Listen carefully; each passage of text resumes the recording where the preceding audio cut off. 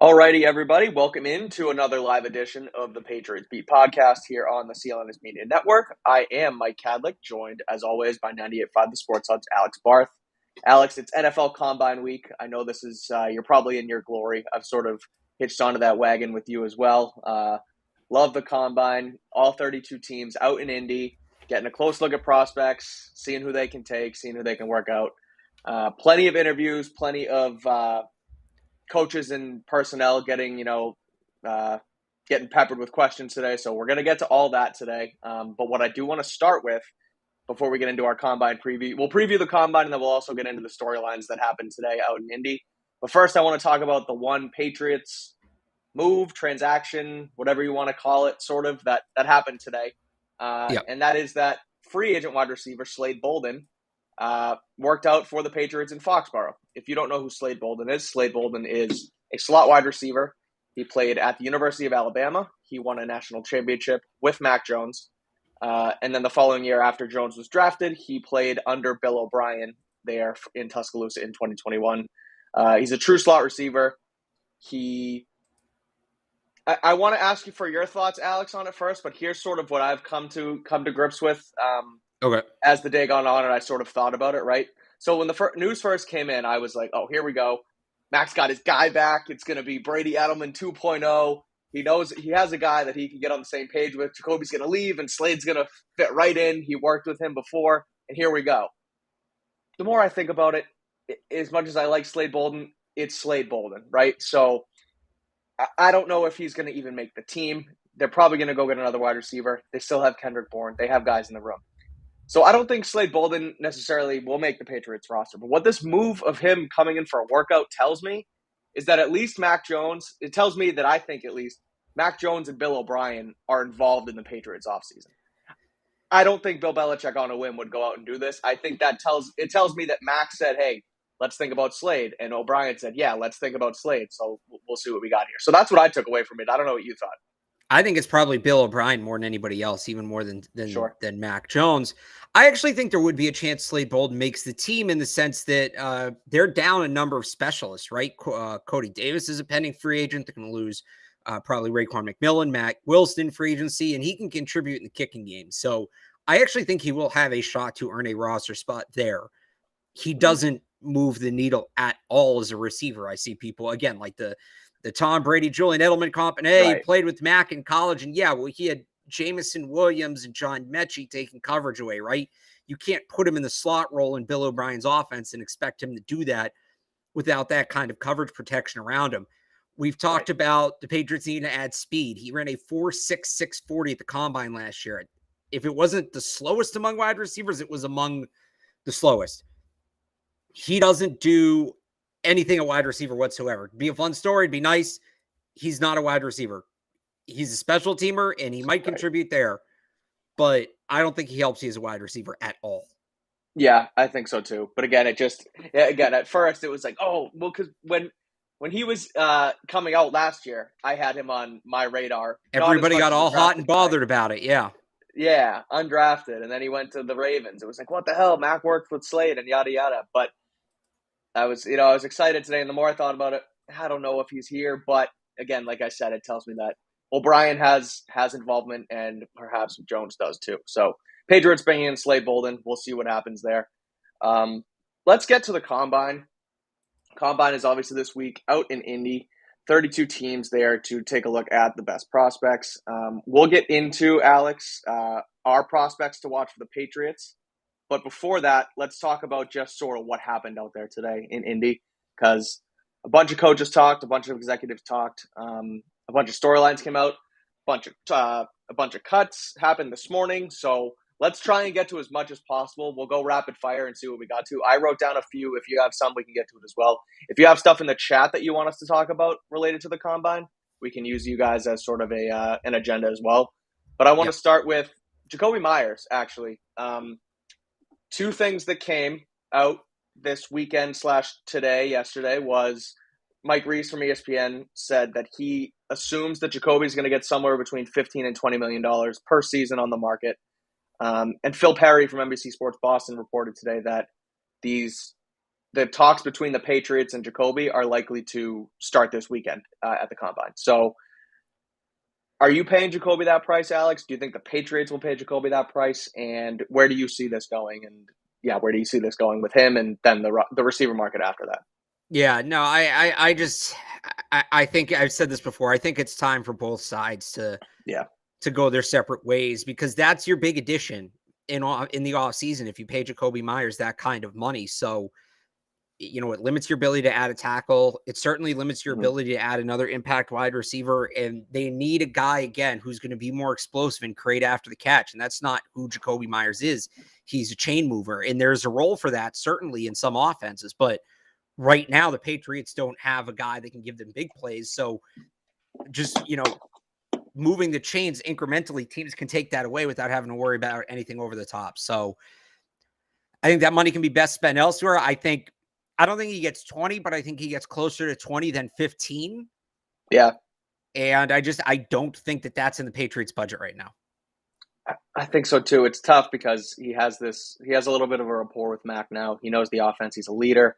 So it's tough to just let a guy walk like that. But when he's that good and when he brings that kind of value to your team, then he's going to command the money. And like you said, bring in a tackle, bring in another wide receiver that's probably better than him, whether that be or has a higher ceiling, whether that be through the draft or through free agency or trade. It just doesn't look like he's here anymore.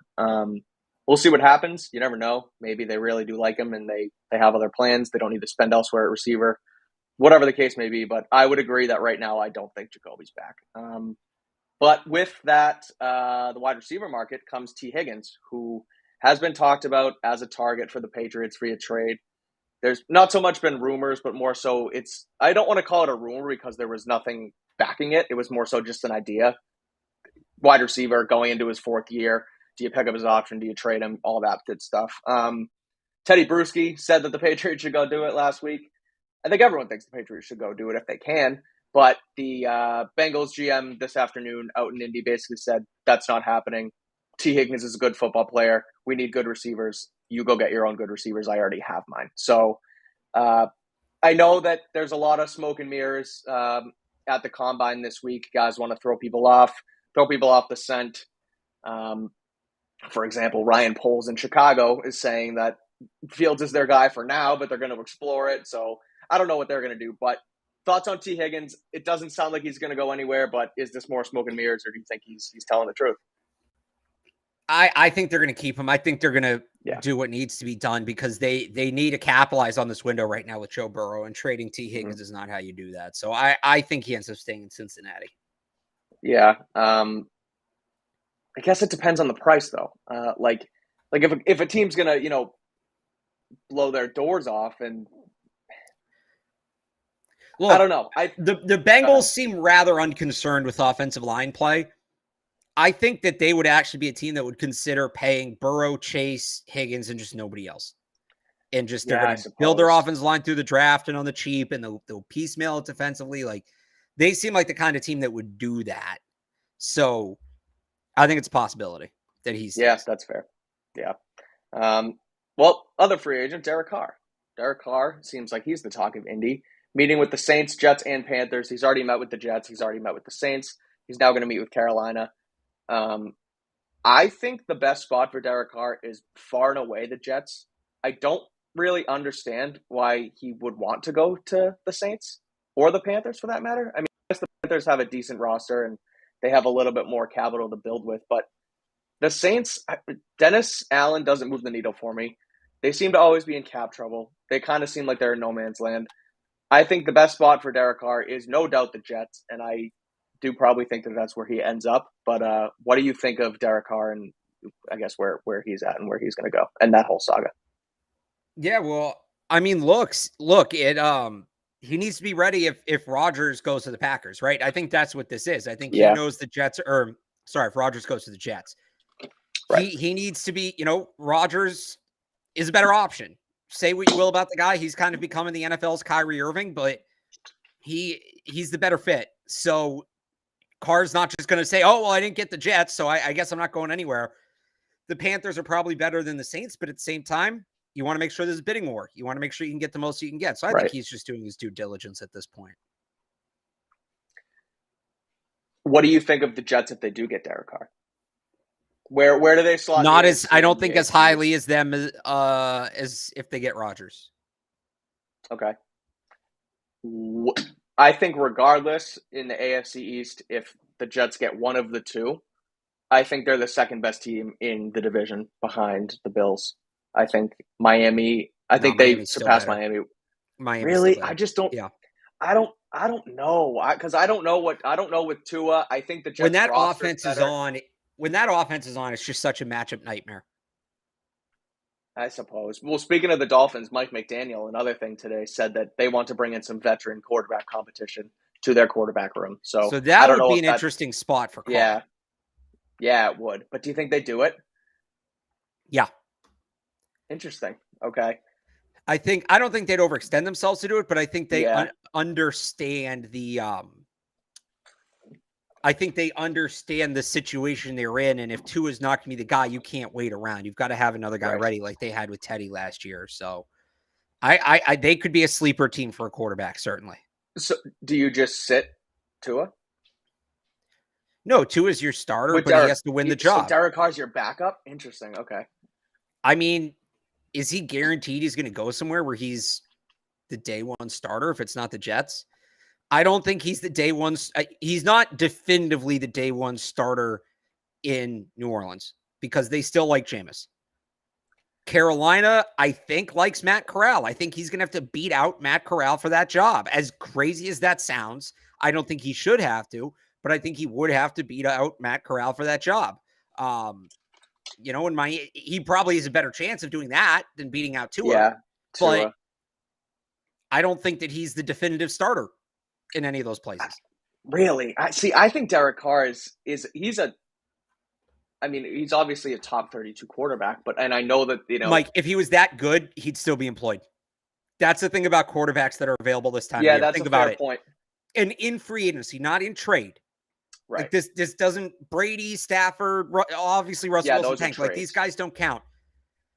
Think about the quarterbacks that have been free agents the last couple of years. And these teams, mostly the Colts, but these teams continue to kind of hang their hat on them as being saviors. Was Matt Ryan the savior in Indy? No, he was not. I know he was a trade, but he was basically free agent. Was Carson Wentz the savior in Washington? No, he was not. Was Carson Wentz the savior in Indy? No, he was not. Was Phillip Rivers the answer with the Colts? No, he was not.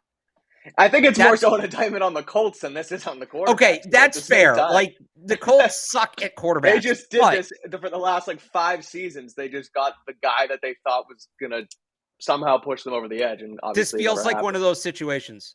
A team that has the kind of talent the Raiders do aren't going to quit on a serviceable quarterback. They're just not going to do it. That doesn't make sense. And they had a better look at him than any of us. And didn't they just extend him too? As soon as Ziegler and McDaniels got there, yeah. They just gave him a contract. Yeah, so that's a fair point. But Saints, Panthers, Jets, all interesting spots for Carr. Okay, Bucs cuts. Let's do the Bucs cuts. The Tampa Bay Buccaneers are going to cut Donovan Smith, tackle, and running back Leonard Fournette. Interestingly, Leonard Fournette last offseason visited with the Patriots when he was a free agent before he ended up re-signing with Tampa. Famously, Tom Brady told him, "What the heck are you doing up there? Come back to Tampa Bay." So he did. Donovan Smith, tackle, had a down year last season, but overall has been solid for Tampa Bay. He's a little bit on the older side now, I think, but could be an interesting free. He adds to the free agent tackle market. So what do you think of Donovan Smith? What do you think of Leonard Fournette? Do the Pats kick the tires on either of them? Do either of them even really fit here? I know you look at Fournette and you look at, same type of running back as Ramondre, but he could take some carries off of him as well. He's not really your pass catcher, but what do you think of those guys coming to New England? You took Pierre Strong in the 4th round last year. You got to let him play. Yeah. And Fournette's going to bury him. I'm not opposed to them adding another running back for depth, but that's not what Fournette is. Donovan Smith is a little interesting. I know he had a really bad year last year, but he was pretty good before that, especially in 2021. He had a career year. That's a guy I wouldn't mind them kicking the tires on. I wonder if he would be better as a right tackle. I also wonder if if they're really infatuated with a guy like DeJuan Jones, he's going to be the best left tackle on the market. I'm not giving Donovan Smith the bag, but he would be an interesting name to explore. Remind me of as much as you know it, the list of tackles that are on the free agent market with McGlinchey and Smith. All right, so right tackles, Jawan Taylor, there's basically like 5 starting caliber tackles. It's a Okay. top heavy group because the 6th tackle is Cameron Fleming in free agency, who is a swing tackle. Yep. Right. And I'm not including Orlando Brown because the report is right now he's going to be franchise tag. So your top right tackles are McGlinchey and Jawan Taylor are 1 and 2. That some people have them in different orders. I think it's, you want the floor or the ceiling. They're both starting caliber, good players. You can order that however you want. And then Caleb McGarry from Atlanta is the next guy. And he's more ceiling. He had a good year last year. It was a little slow to get going in his career, but he projects as a guy who can be a starter. So those are your 3. Feels like a contract year bump. Yeah, and you're kind of betting on that. He's a step below the other 2. Right. Yep. Those are your 3 starting caliber right tackles in free agency. At left tackle, Donovan's Orlando Brown, again, we're assuming he's franchised. Donovan Smith is number 1. Isaiah Wynn's number 2. PFF has Isaiah Wynn right now as the top left tackle in free agency. So if it's not Donovan Smith, you're drafting a left tackle. That's tough. Yeah. I mean, do you think they go for it? Do you think there's any chance that Wynn's back here? I hope not. I don't think they do. He checked out at the end of last year. They don't like that. Yeah, that's a fair point. I just think that sometimes, and again, we talk about the moves that Patriots make, and sometimes it's like, what are you doing? And this is not that it's not like them, but we say it's something they shouldn't do until they do it. But they haven't really done that this year. They've kind of made the moves they've needed to with, starting with Bill O'Brien and things like that. But right, yeah, I agree. I don't think Wynn's going to be back. The right tackles definitely favor it. It definitely favors right tackle over left, and so. Yeah, I'm sure that they'll look left tackle in the draft, which is why this week at the Combine is so important. Last Combine storyline, Alex, that I want to talk about. Hang on, can we do one more cut? Because somebody asked about it. Yeah. Kenny Golladay is reportedly going to get released by the Giants. And the commenter here says, feels like he could alternate at the X with Parker. First off, they don't need any more alternates. They have plenty of good depth with Parker and Thornton and Bourne, and you have to let those guys play. I don't think you can bury them with another guy who is a B receiver.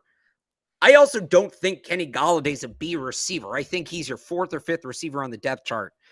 I know he was really good in Detroit, but Mike, on a Giants team last year that had no receivers, that was begging for pass catchers, in 12 games, he caught 6 passes for 81 yards. And that's a yikes.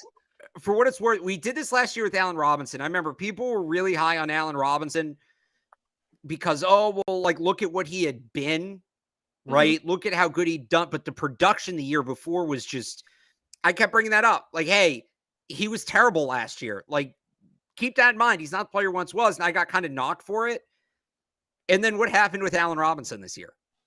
Yeah. So I'm sorry, 6 catches in 12 games on that team. I'd stay the hell away. Zero interest, none.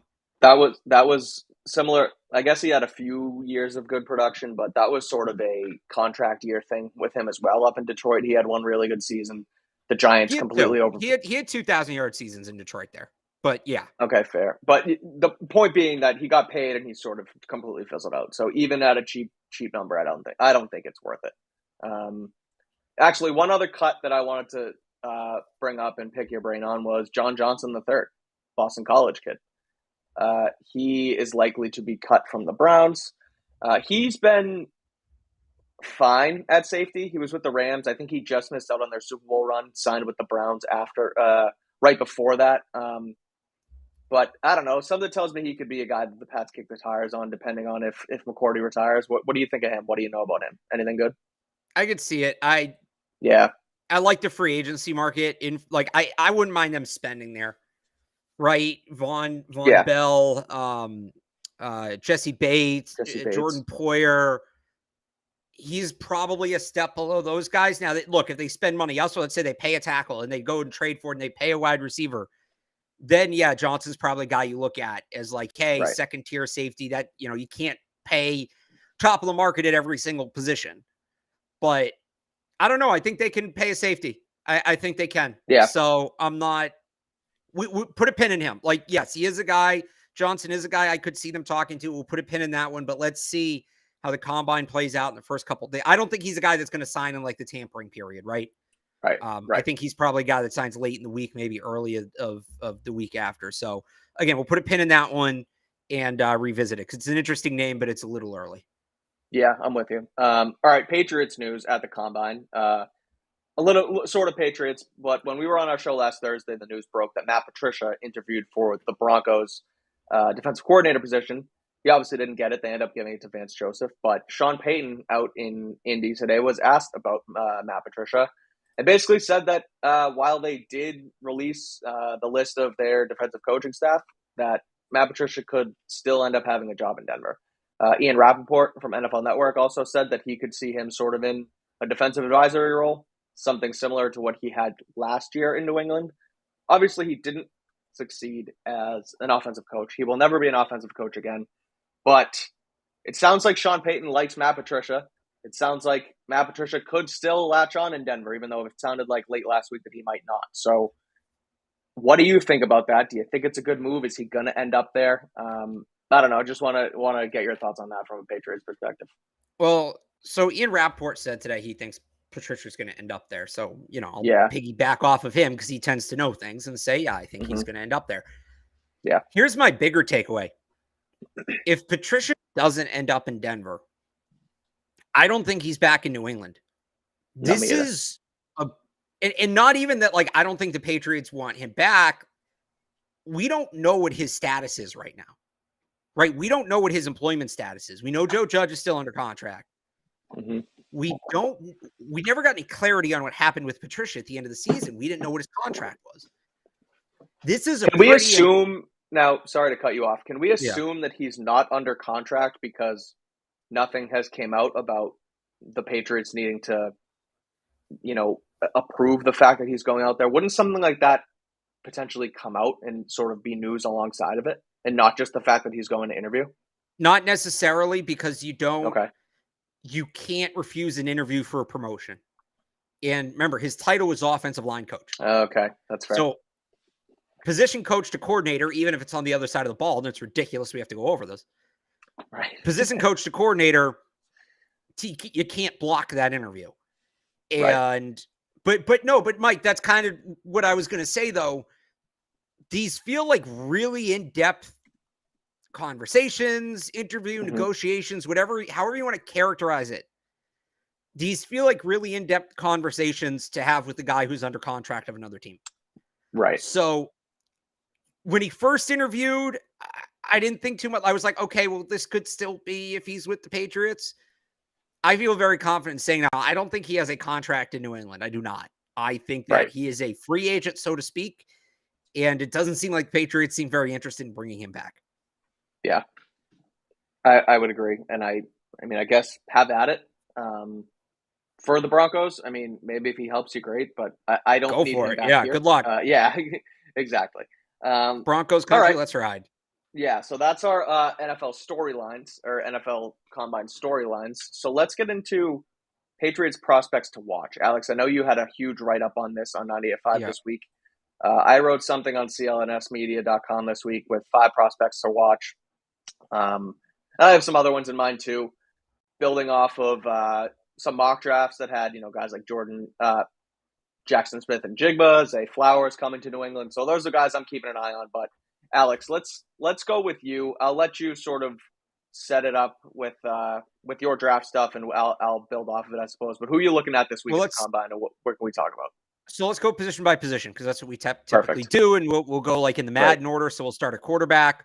The one guy I'm really interested in this week is Hendon Hooker. He's not going to work out. He's still recovering from that torn ACL.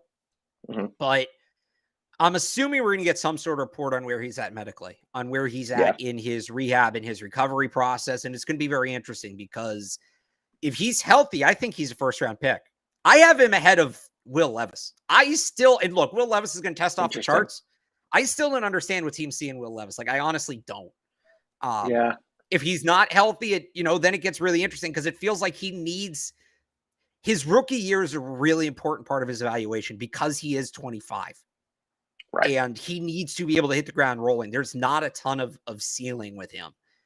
So I'm really interested to see him. The other guy I want to see is Jaren Hall, right? I've talked about this before. The quarterback position this year, there's 4 first-round picks, 4 probably top 15 picks. Hendon Hooker, who's kind of this question mark. Tanner McKee, who's just going to go in the 3rd round because teams love taking bad quarterbacks from Stanford in the 3rd round. Like he's whatever, vanilla. Yep. He is a white bread quarterback. And then there's this massive drop off until the end of day 3. I think if anybody's going to climb into that, early, not even late day 2, but like early day 3 group, that fringe top 100 group, it's Jaren Hall. But he's going to need to test well. And I think he's going to need to interview well. And that's not his fault. But the last quarterback that came from BYU was a dumpster fire mentally. And I think teams are going to be wary of that. Now, I've compared Jaren Hall to Zach Wilson in the past, and I think his play style is similar, but teams are going to be worried about what that program's producing quarterback-wise between the ears. And it's unfortunate Jaren Hall's going to have to deal with that because Zach Wilson's just such a shithead, but it's going to be interesting to see like if the reports about how he's interviewing. Yeah, so not really from a Patriots perspective, but just quarterbacks in general. I'm super excited to see Anthony Richardson because his stock just continues to skyrocket because I heard this the other day, I forget where, but the farther away we get from actual games played and the closer we get to watching guys in shorts throw a football as far as they can, the boards just go like this everywhere. And guys skyrocket, guys fall. A guy that's on his way up is Anthony Richardson because of all the physical tools. He throws, he's got a cannon of an arm. He's fast. He can make plays with his feet. He will be working out. So will CJ Stroud. Bryce Young will not throw. So that sort of feels like Bryce Young knows that he's going to be the number 1 pick type thing. And they don't really like to do it outside of their pro day, where guys like CJ Stroud, guys like Anthony Richardson, guys like Will Levis, they have some to lose, but they also have some to gain here. So all those guys are throwing. So that's what I'm looking for. I always like watching the quarterbacks and receivers throw just because you get to see what kind of arm talent these quarterbacks have. Anthony Richardson will probably jump off the page. Yeah, he's going to be – we're going to come out of the combine and people are going to talk about him potentially being the 1st overall pick. I don't think he will be because his play is just too erratic and he's way too raw at this point. Everybody knows how I feel about Josh Allen and how erratic that's my favorite word for Josh Allen, right, is erratic. Anthony Richardson makes Josh Allen look like the picture of consistency. And that's not even necessarily a knock. Anthony Richardson's highs are probably higher than Josh Allen's. I just think his lows are lower. Yeah. It's like he's so extreme. And if he ends up in the right spot, he's going to be the best quarterback in the league. Yeah. But he has to end up in the right spot because if he's not, it's going to be a disaster. But I don't remember the last time we saw a quarterback this physically gifted in the draft. So it's going to be really interesting to see him. And the other thing, I'll just piggyback on that real quick with Bryce Young. There was a report over the weekend that he officially measured in at 5'10". I don't know where that's from because they haven't done the quarterback combine measurements yet. But if he's 5'10", I don't think it's a lock. He's the 1st overall pick. And I'm not saying that's right. Yeah, I know. Teams love to overthink combine measurements. So we'll see what he measures in at. All right, running backs. Yes. I want to see if Jahmyr Gibbs can catch Bijan Robinson. I've said this before on this show. I think Gibbs, all things considered, is the best running back in this draft. For the modern game, where you're calling 30, 35 passing plays a game, and your running back needs to contribute as a pass catcher, I will take Jahmyr Gibbs over Bijan Robinson, even though Bijan Robinson is a better pure runner. How does he catch him? He's got to have better drills. And, I think he can. I think he can do it. I don't know that he's going to do it, but I think he can do it. So it's going to be interesting to see.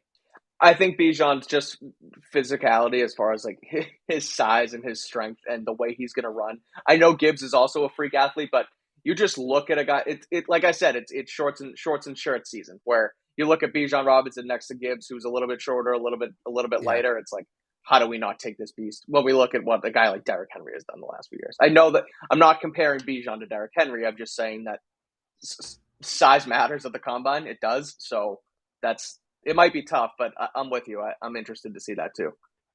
A couple other quick running back things. Yeah. Measurement. I want to see what Deuce Vaughn measures in at. It's listed at 5'6", 176. So that one's going to be interesting. He's gotten some Darren Sproles comps. Health-wise, Travis Dye, kind of like I said with Hendon Hooker, right? Travis Dye, he was at the Shrine Bowl. He's coming off that ankle injury. If he's healthy, I think he's one of the best pass-catching backs in this draft. It's him, Eric Gray, and Vaughn, to me, is like the day 3 James White types. Okay. And then you talked about big backs. Tavion Thomas checked in at the Shrine Bowl at 6'1", 247. If he runs in the 4.5s, so right now he's projected to go undrafted. If he runs in the 4.5s, he's going to shoot up the board. Yeah. I don't know that he's going to run in the 4.5s, but if he runs even a decent 40, his projections are going to start to get goofy. And by the way, I love Tavion Thomas. I've seen some people throw out the LeGarrette Blount comparison. I won't go that far, but I see why people are making it. Because he runs pissed off. He hates people trying to tackle him. So, again, 6'1", 247. If he can get going even a little bit, he's going to be an interesting player to track in this draft. So he's another – I'll be watching his 40 for sure. What do you think about a guy like Tajay Spears from Tulane? Because I was watching some of his stuff, both from the Senior Bowl and then some stuff of him at Tulane. He only caught, I think, like 45 balls in college, but he showed off some route running skills. I think he was the 5th leading rusher in the NCAA this year. What do you think of a guy like him? I don't know if they want to try and mold him into a pass catcher because he's not really that big downhill back, but he was a good running back. So. Yeah, he reminds me, honestly, a lot of kind of Pierre Strong coming out last year. So, he had a really good Senior Strong Bowl. killed it rushing when he was at San Diego, South Dakota State, right? Yeah, he had a really good Senior Bowl.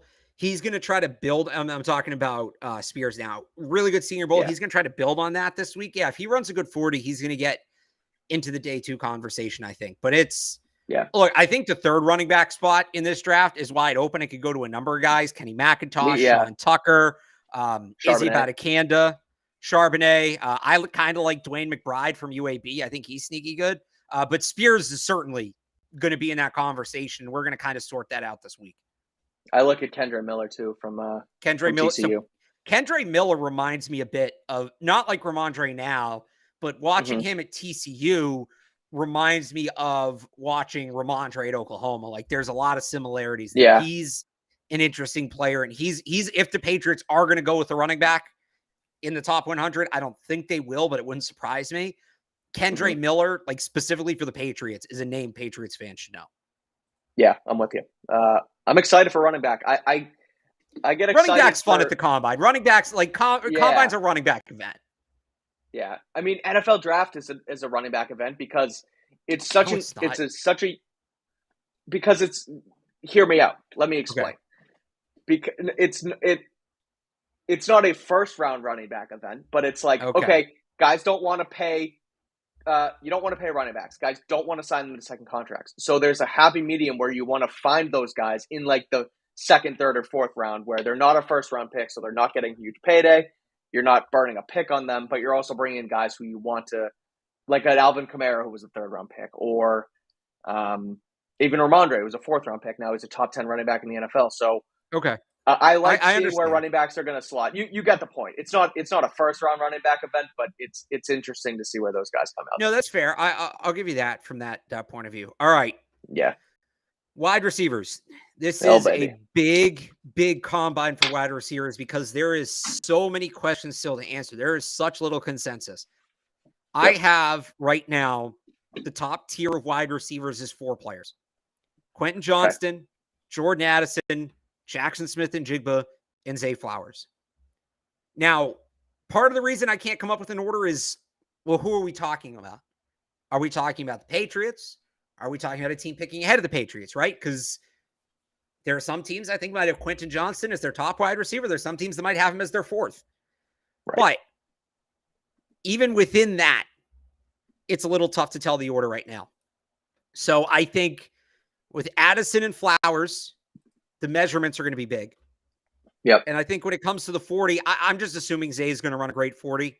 I've kind of written assuming that's going to happen. Johnston, Addison, Smith, and Jigba to different degrees are all sort of questions. Mm-hmm. For the Patriots fans who want Quentin Johnston, if he runs like high 4.4s and the 4.5s, I'm out. He's not what they need. They need speed. He's not speed. He's just size at that point.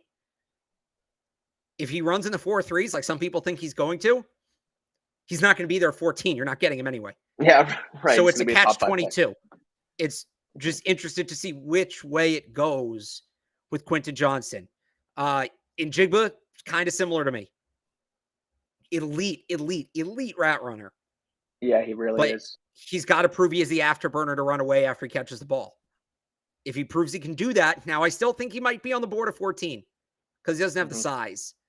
But like his 40 is going to be telling. And then with Jordan Addison, to me, I think Jordan Addison's top 3 no matter what. Yeah. But if he runs the best 40, he's going to come away the consensus number 1 receiver in the draft. So that's what his stakes are. Yeah. And for Zay, again, I think Zay's going to run a great 40. Like that's his best trait. There was the picture that was shared over the weekend where he's up from 170 to, he says, 183 and putting on the muscle. Let's see what the measurements are. And let's see where he's at in like the 10-second split, right? How explosive is he? If he does the bench, kind of how he moves in the open field. So his is a little different, but it's going to go a long way in sorting those 4 guys out. Because I'll tell you this, if you think you have those 4 guys sorted 1 through 4 and you're comfortable about that rating, you're lying to yourself. Yeah, right. You can certainly think you have a reason to have them 1 through 4 and be happy about it, but you should not be putting that in pen yet. That should be lightly done in pencil. Because I don't feel comfortable about the way I have. I've been changing it constantly because we don't have enough information yet. We're getting that information this week. That's why it's a big week. Looking at the wide receivers, I think you're right. I think about the guys outside of Johnston, just Smith and Jigba, Flowers, and Addison, and I look at them as Patriots-wise, pick 14. That's what's going to happen. I don't think they're going to go Quentin Johnston. I just think that, I see it in the chat, comparing him to N'Keal Harry. I get that you don't want us to do it, but big, slow receiver who has a high ceiling and a low floor. Well, that's sort of what he is, right? So, we don't know he's slow yet, but he's going to be one of 2 things. Fair. He's going to be a big, fast receiver, and those guys go in the top 10 or the top 5. Or he's a big, slow receiver, and the Patriots don't need that. Like, he's one of 2. Right. And either way, they're not drafting him. So, and I'll say everything I said about that top group in terms of the sorting it out and where do we go from there, the secondary group of slot receivers, you could say the same thing. And that, to me, is just the order I have them written down because I think that's where I was going to go. Right. It's not alphabetically. I'll give it alphabetically so I don't piss people off. Kayshon Boutte, Josh Downs, Tank Dell, Xavier Hutchinson. That, to me, is like the secondary tier of slot guys. It's the same thing. 40. Did you say Jalen Hyatt? No, I didn't. Jalen Hyatt's not a slot receiver to me. Oh, okay. Sorry. I also he's Taekwon. They don't need a double dip. They don't need a double dip at that spot. To me, if they're taking wide receiver on day 2, it's one of these 4 guys. They need in the slot, and it's Downs, Boutte, Dell, Hutchinson. 40's big for all of them. Measurements are going to be big for Dell. Interviews are going to be big for Boutte. I think agility drills are going to be big for Hutchinson as well. Yeah, I agree. And we'll sort that out. I think, again, you can have those 4 in sort of whatever order you want. And I'm not going to disagree with you, but I just think you're kidding yourself if you're comfortable about the order you have them in right now. Yeah, I would agree. There's tiers, but there's no separation within those tiers. Not yet. So I'm with you. I'm just taking a look at, other receivers that you might want to keep an eye on. Rashee Rice, Parker Washington. So the one other guy that could sneak, the one guy who could sneak into that second tier group to me is Rakim Jarrett from Maryland. I'm a big fan of his game. I think he slept on because it's Maryland. Like, you don't think of Maryland as being this, although Stephon Diggs went there. Diggs. Yeah. They had another one too. Who else went to Maryland? They had another really good receiver. I can't think of it. Anyway, put it in the chat. But that's the one guy I think he could maybe. So let's do this. Actually, If anybody's going to sneak from that second group to the first group, to me, it's Josh Downs. If anybody's going to sneak into that second group, to me, it is Rakim Jarrett. And the one other receiver I'm interested to see, I think he's going to be a day 3 guy, but I want to see him test, is Demario Douglas from Liberty. Yeah. Who was a standout at the Shrine Bowl and looked really explosive to me. So I don't have a ton of exposure to him because I didn't watch a ton of Liberty, and it's kind of tough to find stuff. But I'm interested to see how he tests. DJ Moore was the other one. DJ Moore. Thank you, Patriots Media. Thank you. Yep. All right, so that's the receivers. I think move to tight end. Want to go tight end? The deepest class we've ever seen, according to Daniel Jeremiah from NFL. It's up there. It's up there. Yeah. It's kind of similar to my running back take, honestly. Can anybody catch Michael Mayer at the top of the class? I have not been wowed by Michael Mayer like some people. I think he should be a first-round pick. I think he's going to be a good player. I don't think he's generational or anything like that. I want to see Darnell Washington run a 40. 6'7", 270, mauler of a blocker. Tacklers bounce off of him. But you got to be able to move at the NFL level because the tacklers are going to be bigger and stronger, and they're going to get to you quicker. I need to see because some people think he's going to run like a 4.9. And if that's the case, if he runs a 4.9, at that point, he's a tackle. At that point, he's a small tackle. Yeah, right. But if he can get like that 4.6, even in that 4.7 range, it's going to be interesting. Take a shot. And I know a lot of people like Dalton Kincaid, and he's up there. But if Washington runs well, he's going to be in that mix. Yeah, I think so too. That's what I want to see is Washington show some speed, show some athleticism. That's not just a bowling ball that can compete in college, but a bowling ball that can compete in the NFL, right? The other guy I'm looking at too is Sam Laporta from Iowa, just because they have been tight end university for the last 5-6 years now with guys like Kittle and Hawkinson and Noah Fant. And so they breed them out there. He's athletic. There's been a couple plays I've seen from him where his yards after catch is just unbelievable. He breaks tackles and he gets away. He has some speed, so I'd like to see that from him as well. And then Cameron Latu is a guy I'm keeping an eye on because of the Alabama connection. I'll give you one more because I think it makes the most sense for the Patriots to go tight end on day 3 and really 5th round or later. Zach Kuntz is kind of hidden. Nobody really knows about him. He was at Penn State for 3 years. He didn't play. Transferred to Old Dominion. Had a great year in 2021, but he wasn't going to the draft, so nobody really talked about it. And then he played 3 games this year and got hurt. And we don't know what that injury is. So the first thing with him at the combine, maybe we find out some injury information. Right. But he's let me pull him up here real quick. He is listed at 6'8", 245. So again, we'll see how real those measurements are. 6'8", 245. And supposedly, Mike, he's running 4.5s in training. Oh boy. Okay. So again, there's questions here. He was at Old Dominion, right? He didn't have that level of play. We don't know what the injury was, but if he comes in at those measurements, I don't think he's going to last until the 5th round. But like, and the other thing is, and a reason I push back on the Patriots drafting Mayer, right, is I don't like that he's primarily an inline tight end. I think they need to be able to stretch their offense more horizontally. And I don't think you can play Mayer and Hunter Henry at the same time. Zach Kuntz lined up more in the slot than he did inline.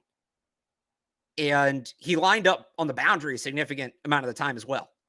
So he's almost like, he might actually be a big slot because he's not a great blocker. And look, at 6'8", I think he can learn to block. You can kind of get him there. Yeah, right. But if he runs well enough, teams might look at him and they might think he's a wide receiver. And that would be very interesting as well. So just a 6'8" wide receiver, nothing crazy. I'm not saying take the guy at 14 or anything. Yeah. But all right, I'm going to pat myself on the back here. Last year, about a week before the combine, I kind of stumbled on Tyquan Thornton.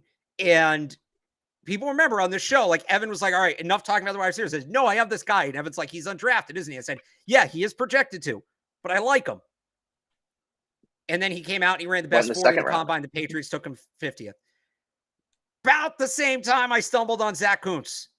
So We'll see. And now look, he might come out and run a 4.9 and then we can forget about it. I'm wrong. But this is players to watch. We're not making predictions here. This is players to watch. Zach Kuntz is absolutely a player to watch because we need to see how it goes. If this guy is supposedly running 4.5s in training and then comes out and runs a 4.9, that's going to be the most disappointing thing you've ever done to me. I will be tremendously disappointed as well. We will have the person who told me the 4.5 thing come on the show and we will both berate him. Perfect. Okay. So keep your eye on Zach Kuntz. Zach Kuntz from Old Dominion. All right. ODU. But I will say again, first 3 years at Penn State, which is kind of a tight end factory. Yeah. The other tight end prospect that is not in Indy, that as I look at my rankings and the stuff I've done, is Jack Coletto. Kind of bummed he's not going to be there. I wanted to see what he would be, but he wasn't an invite. So he's a guy that's on my radar for the Patriots down the line. They liked him at the Shrine Bowl, but he's not in Indy. So I guess we'll see what happens at Oregon State's Pro Day, but he will not be there. So tight ends, let's see. Luke Musgrave is interesting from Oregon State. He's got size. He's got speed. He's sort of that second-tier tight end as well. It's such a deep class. Like Daniel Jeremiah said. Didn't Daniel Jeremiah say that 11 tight ends could go in the first 3 rounds? Did he? He might have said that. I think he said something like that. So it's a deep class, but we'll see where it goes. I would agree that the Patriots should look for one on day 3. So that's tight ends. Now the tackle position. Tackle. So this is a deep tackle class as well. So I'll let you kick it off. Yep, but it's another one of these sorting out things. Tiers. Yeah. Yeah. Well, not even tiers. It's sorting out with it, right? We don't know. Peter Skoronski, Broderick Jones, Paris Johnson Jr. And I'm putting DeJuan Jones kind of to the side because we're just doing left tackles right now. What's Skoronski's arm length? Where does Broderick Jones come in on some of these measurements?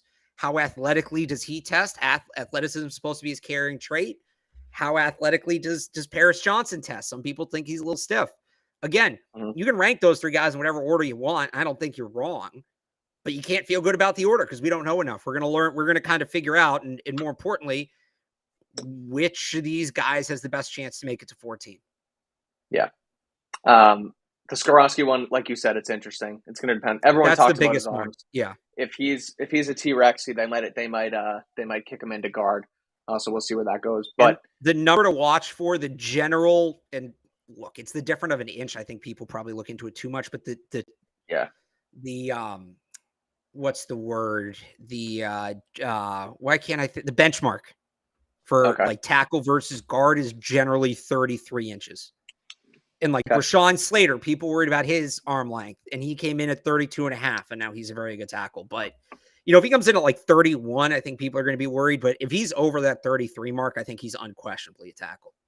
Yeah. Thinking about just, like you said, tiers and separating those guys, I think about wide receiver, tackle, and corner that same way as from the Patriots. Get familiar with the first and second tiers because wherever they go at 14, you're going to have to look at the second tier at 46. So those are your first tier tackles. The second tier, I look at guys like you said, DeJuan Jones, who right tackle, left tackle, I understand, but he's probably, like you said, DeJuan Jones, a tier 1 right tackle to me. I'm just separating the sides because as we talked about earlier, the Patriots are probably going to need to draft a left tackle. Right. Then you got Darnell Wright, Anton Harrison, DeJuan Jones. I mean, Cody Ma.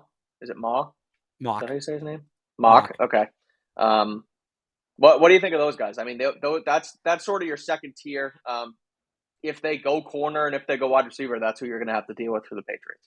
Yeah, I like Wright. I like Harrison. I think Mock's probably a guard. I'm not as high on the kid from Syracuse as some people. Bergeron. I do like Tyler Steen from Alabama. I don't know. We'll see. Maybe one of them really excites me right now. I don't like them cheaping out at this position this year. Yeah. Speaking of Maryland guys, Maryland tackle Jalen Duncan is someone I'm keeping an eye on. Yeah. He's 6'6", 320. He's a really good run blocker, but they also use him. You know that clip that's been going around of Broderick Jones where they put him in space and he's just knocking out corners after corner? I've seen a few times Jalen Duncan does that for the Terrapins as well. Like I said, 6'6", 320. So put him out in space. He's a freight train. There, you can use him in a lot of different ways. So keep an eye on him too as your second tier guy. Yeah. But that's my take on the tackles.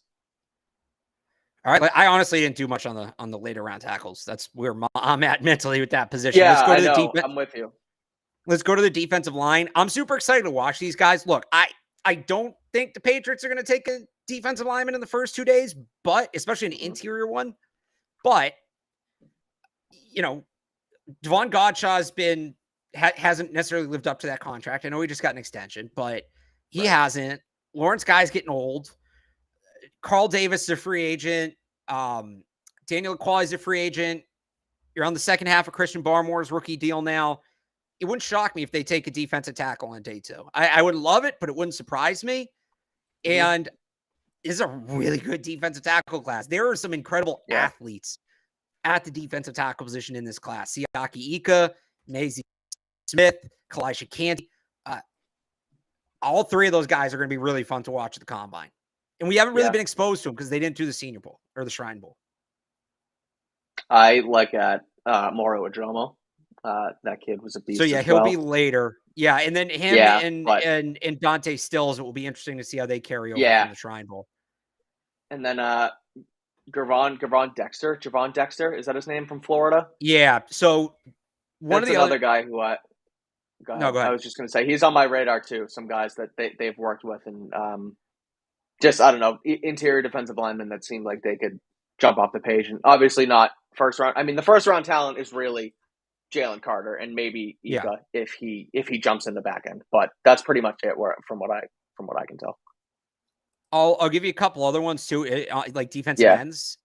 Tuli Tuipulotu, I believe is how you pronounce it, from USC. Had 13 sacks last year. Like, if they want to do, remember there was that year, like 4 or 5 years in a row, they took an edge guy on day 2. Yeah. He's a fit for them. And then not even necessarily testing. And by the way, I think Brenton Cox is probably an outside linebacker, but he's working with the defensive line this week. Who's he talking to? Right? Because he's one of these guys that has some of those character questions, was dismissed from 2 programs. Who's he speaking with? Yep. So mixing edge and D tackle, I suppose. Andre Carter, Lucas Van Ness. Like, again, that outside linebacker edge type players. I mean, Will Anderson's Will Anderson. He's fun to talk about because he's the best player in the class, but he's going to be a top 5 pick.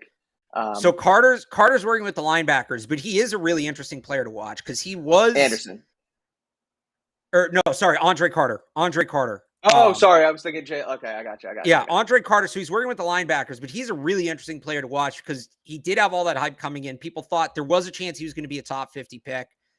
And then he had a bad Senior Bowl. And now there was talk about, he was undersized because he had to adhere to certain height and weight or not height. He adhered to certain weight in build restrictions at West Point, which is a thing, by the way. Like, I do sort of buy that.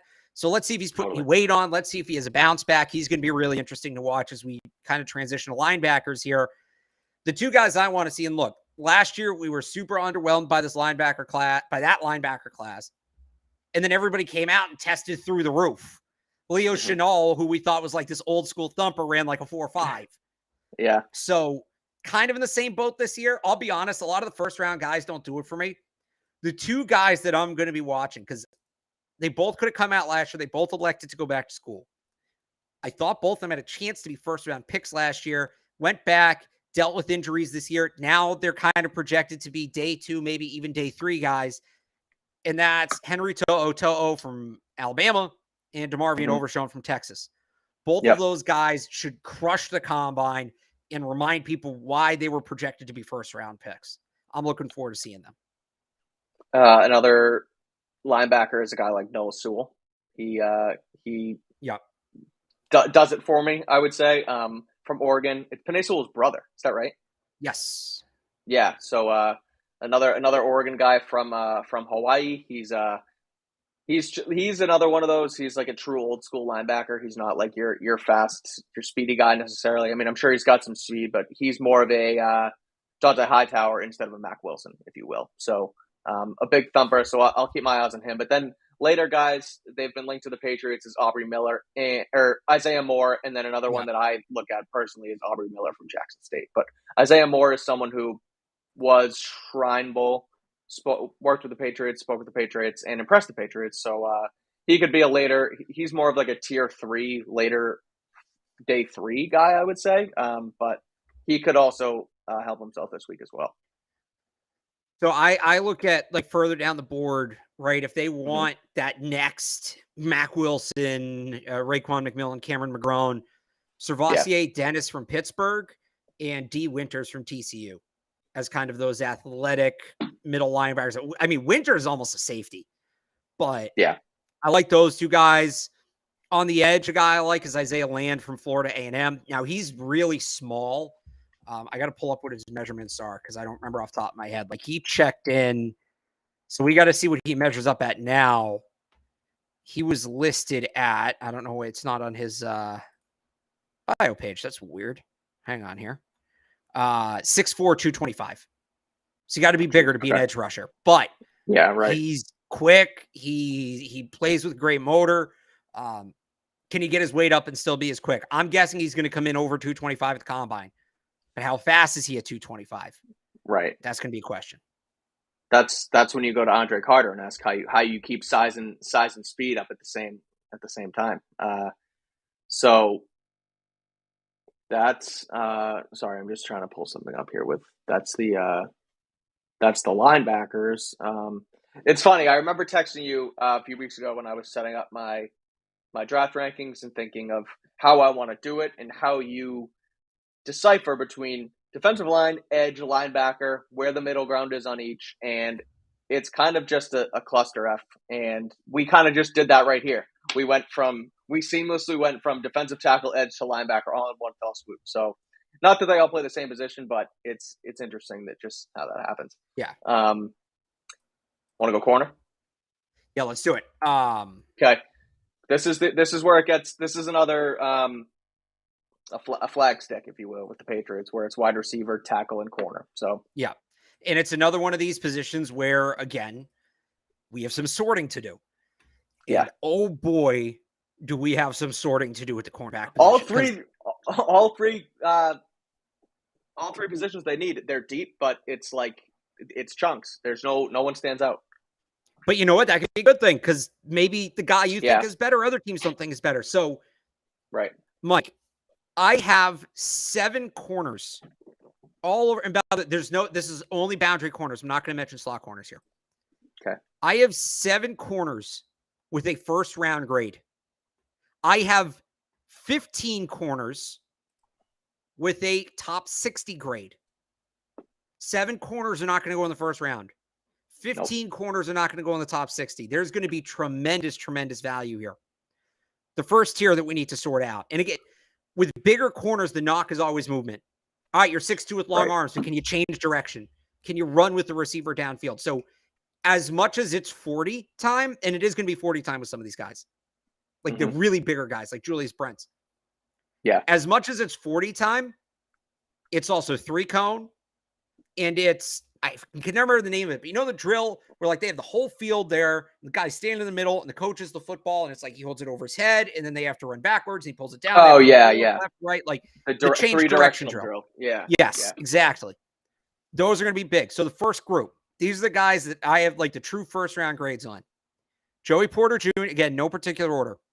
Joey Porter Jr., Devin Witherspoon, Christian Gonzalez, Cam Smith, Keely Ringo, Emmanuel Forbes, Donta Banks.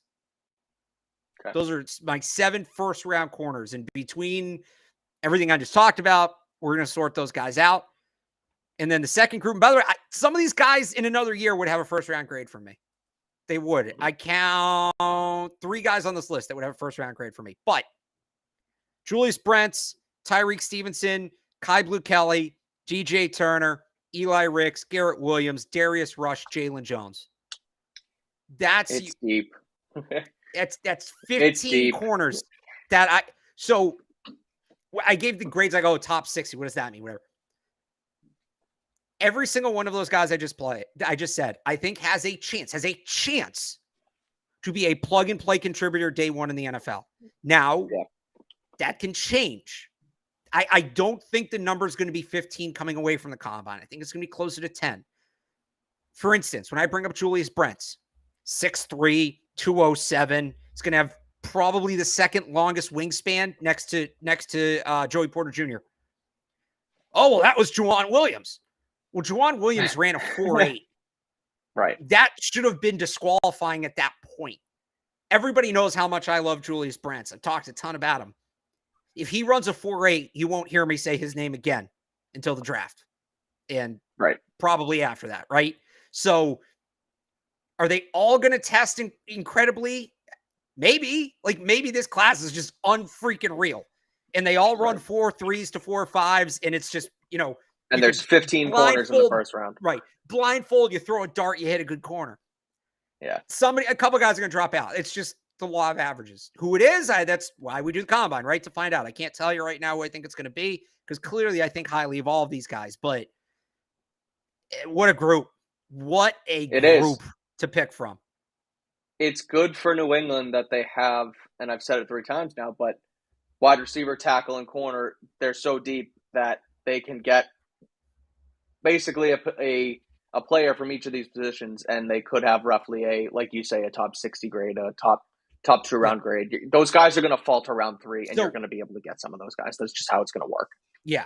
And the other thing is, like, it's not, you know, there's been years where, and I'm trying to think of a specific example, and I can't think of one right now, but I know there's years where, like, they haven't needed a position, and you come into the draft process kind of, actually last year's a great example, because it felt like it was a decent tackle class. It felt like they needed a tackle. And then guys started falling off. They weren't tested well at the combine. There were some guys that had bad Senior Bowls. If you remember, I was super into Darian Kennard from Kentucky, who had a bad Senior Bowl and an awful combine. And guys start falling off. And all of a sudden, like, how you're projecting it to go, like, all right, tackle in the first is going to be easy now.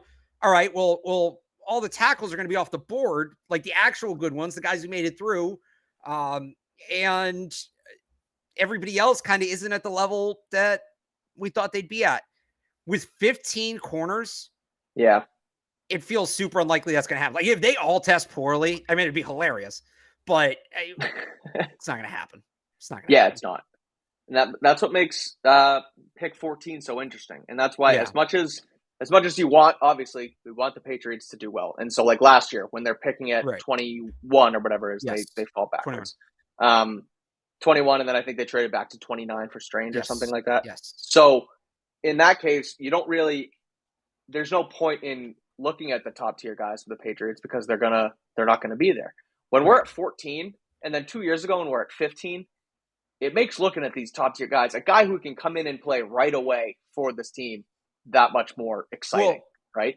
I think the other element of that, and you're right, like there's some, like if they were 14th last year, I was telling everybody last year, I was getting mad at people. I was like, stop talking about Jordan Davis. Stop getting your hopes up. Yeah, right. Like, I was annoyed by it.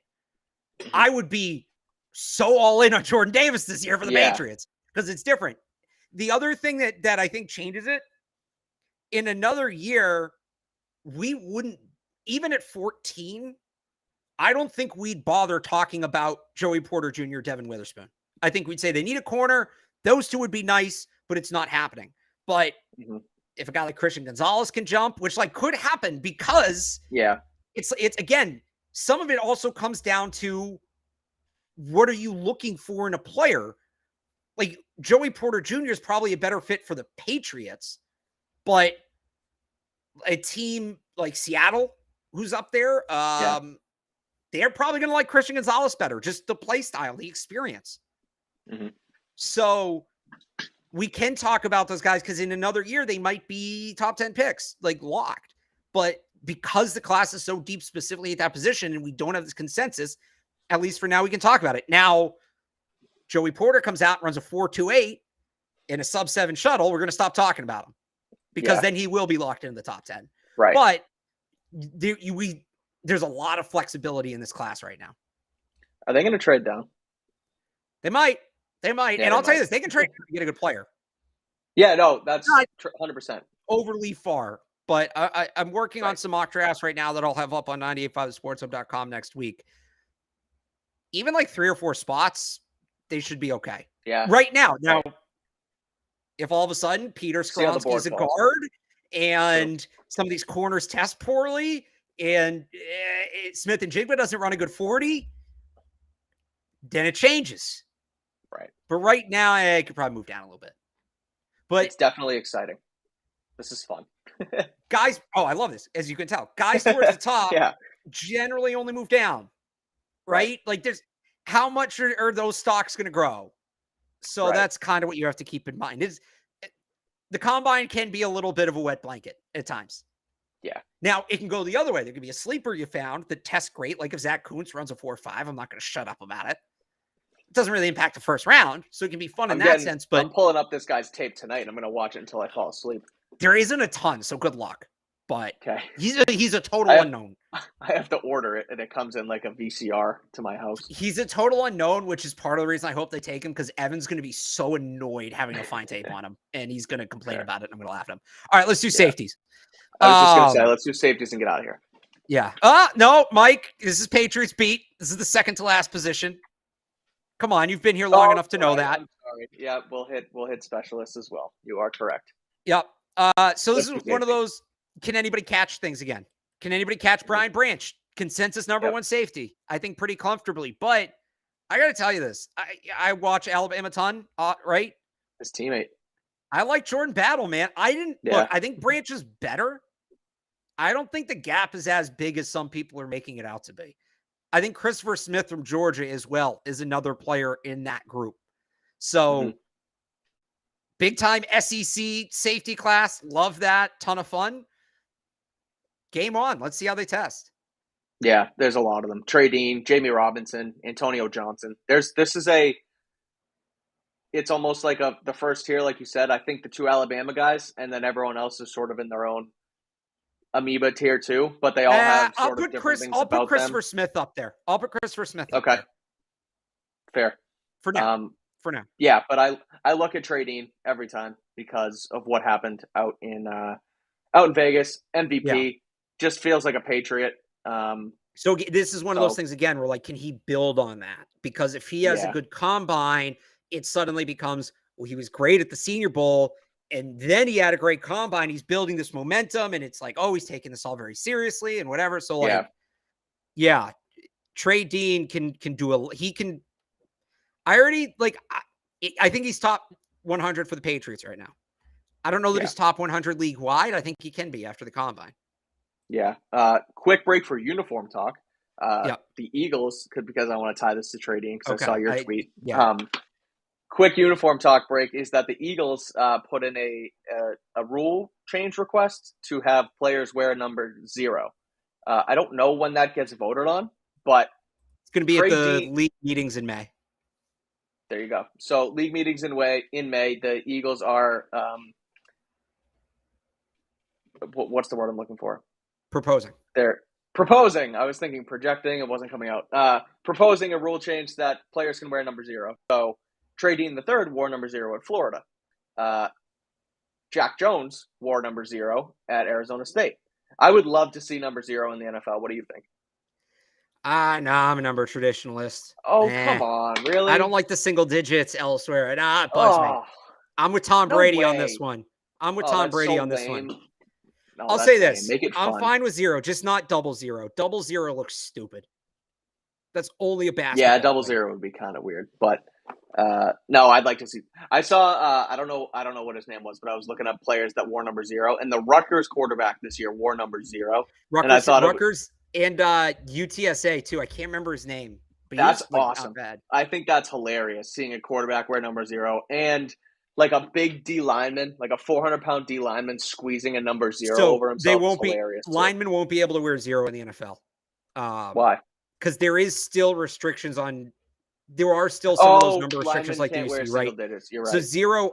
I mean, I guess they could say anybody could wear it, but my guess is they would put it in the 1 through 19 category. Or I guess what's now the 1 through 49 category. So it would only be skill position players. Yeah. 0 really is a defensive back number, with the one exception. Low key, tight ends can make 0 work. I don't know what it is, but they can. All right. You got any other safety? So one other guy I wanted to watch was JL Skinner. He obviously got hurt. He's not going to be participating, but from Boise State, 6'4", 215, box safety. It would have been fun to watch him test because if he moved well, he was going to sneak towards that top 50 conversation. But is he a guy the Patriots could do the Cameron McGrone thing where they take him in the 5th round and NFI him and all that? Like, just if you want names to know as a Patriots fan, even though he's not working out this week, JL Skinner, I would put on that list. Yeah, I would agree. The last one was just Antonio Johnson, Texas A&M. I mentioned him before, but he's probably a fringe first-round guy. Makes big plays. He's a hard hitter, but I watched some of him today, and I thought he looked pretty good. Yeah, I wonder about his tackling. Fair. I've seen him get juked out a little too much. And look, that can be coached, but that's why I put him in that top tier. All right, let's do it. Specialists.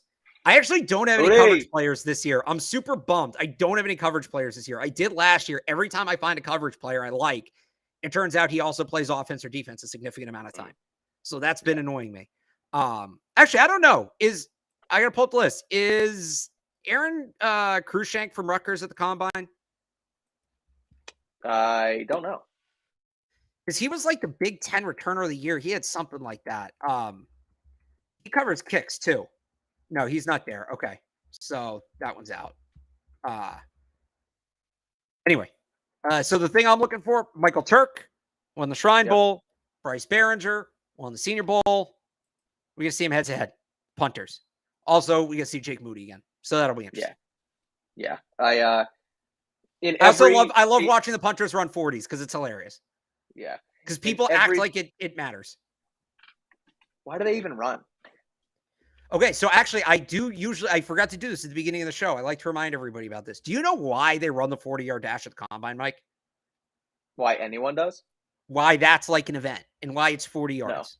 No, I do not. So when you're watching it, because they're talking about changing the Combine right now, right? And a lot of the drills are sort of antiquated. And we think about how much stock we put in the 40. You'd think for something that's viewed as so important. Some people call it the 40-yard dash. Some people say those 4 seconds and change are the most important 4 seconds of a player's draft evaluation. So there must be a good reason for it, right? Right? There must be a good reason we use that if we give it so much importance. Sure. Well, when they were coming up with the Combine in the 60s, the average punt traveled 40 yards. Oh boy. And they simply wanted to see, could you get downfield in time to cover a punt? That's where this whole thing comes from. 3 phases of the game. So just so you know, and look, we all do it. I do it. Unless you're actually talking about how good of a gunner a guy would be, you're not properly using the 40 times. You're not and we're all going to do it, and we're all going to make a big deal about it. And I'm going to do it. And I've already done it on this show. But Zach Cox from Nesson, I'll actually credit him for this. When the Patriots started putting Pierre Strong as a gunner this year, he mentioned that Pierre Strong's 40 time. And it is the only time I have ever seen the correct application of the 40-yard dash. There you go. It's the only time I've ever seen anybody use it. That's hilarious. I like that. If you ever wonder why do they run the 40-yard dash, that 3-cone, it makes sense. You're testing agility. There's agility on display. Bench press is self-explanatory. A lot of them are self-explanatory. Why is it 40 yards and why is that one so important? Because we got to see who covering punts. Punt. I will say this, if you want to use the 40 for something, and we'll talk about this when we come back and we do our Combine recap show, they actually, if you go on the NFL's website, they'll give you what are called the 10-yard splits. And it's basically, what was it? That's, in addition to the overall 40 time, how fast did it take the player to get 10 yards, to get 20 yards, to get 30 yards? So you're never really running 40 yards in the open field in the NFL, except on special teams. Right. The first 10-yard split is something teams put a lot of stock into, as much, maybe if not more than the 40 in recent years, because what that number tells you is how explosive is the player. How much energy do they exert from a standstill, right? What's their acceleration? What's their lower body? What's their pop from their lower body? So when we go through if you want to go through the 40 times and really dig into them, I encourage you, you might, but everybody watching, look at the 10-yard splits because those carry some weight. All right. So there you go. You learned a lesson about the 40 today. That's gonna be Final Jeopardy tonight. Is the origin of of the 40 time. It's what is no, punt it's not. coverage? It's going to be. I told you this, and now when you watch the combine, the whole time you're watching the 40s, is all you're going to be able to think about is, Yes. Will Anderson running downfield to cover a punt. Right. After he snaps it. He's going to be their long snapper. Will Anderson is going to be the Bears' linebacker, long snapper, and an ace in punt coverage because of his 40 time. So, yeah, Turk didn't. Okay, I have a question for you before we get going. Yeah. Specialists, and you're the specialist guy. So, Michael Turk was at the combine last year or 2 years ago. Yeah, he did. He did because he bench pressed like crazy. And I wanted to know how or why that happened and why he was there. And because I thought once you declare, you can't really go back to school. And if you don't know the answer off the top of your head, I'm looking at this right now. I guess he just went to the combine to go. Oh, he never declared. He it had to do with COVID. It was a COVID thing. Oh, okay. He was there in 2020 because he bench pressed like crazy. Yeah. Oh no, I met him. The dude's built. He spends a lot of time in the gym. All right. Okay. Well, there you have it. That's our combine preview. Anything else before we get going, Alex? Any other combine things? We'll be back on Thursday, so that's still there's going to be plenty more post Thursday out in Indy. Quarterbacks throw on Saturday. The workouts don't start until Thursday. Right. So yeah, so I guess we'll be back Thursday with perfect. We'll kind of really start to look ahead at some of the workouts, and we'll go over maybe what we've heard about interviews and stuff like that. So sounds like it. So yeah, we will be back Thursday. We'll get into the combine more. We will do some Q&A as well. So make sure to subscribe to the YouTube Patriots Press Pass. Subscribe to the show wherever you get your podcast. Follow Alex at Real Alex Barth on Twitter. He'll get you all caught up with draft coverage. I will do the same as well on Twitter at Mike Kadlick. You can read both of our stuff at 98.5 The Sports Hub and CLNSmedia.com, respectively. Again, we'll be back on Thursday. We'll keep you posted on Twitter when we'll be on. But until then, thank you for watching. Stay tuned to In Indy, and we'll see you next time.